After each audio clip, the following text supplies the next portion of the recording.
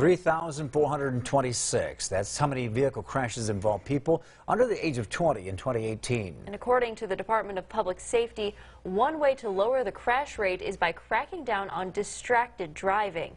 In tonight's Health Beat, KELOLAND's Sophie Heineman explains Senate Bill 93. No mother should have to, or father should have to get that phone call and not know what's going to happen. About 7 months ago, Melanie and Jeremy Kirkpatrick learned the news that their 15-year-old son Dylan had been in a crash. He was involved in a serious motor vehicle accident on a gravel road with 3 kids in the car. Luckily, he was the only one who was injured. But we spent our summer here at Sanford. He was in a coma for 26 days. Dylan broke every bone in his head besides his jaw, received a traumatic brain injury, and lost vision and partial hearing in his left side. Thankful for their son's life, the couple is now hoping to prevent other parents from going through something similar.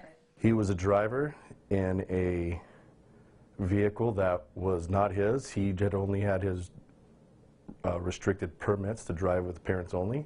Senate Bill 93 would add a limit of no more than 1 young non-family passenger during the restricted minor permit. The current restricted minor permit does not limit that number. The 14-year-old who has mom or dad next to them is actually incredibly safe on the road, but once they don't have someone next to them, it's a much different story.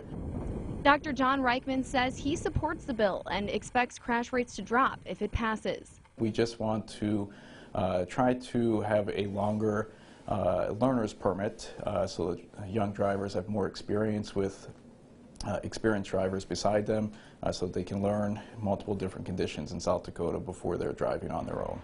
He says while the bill is aimed at young drivers, it's protecting everyone.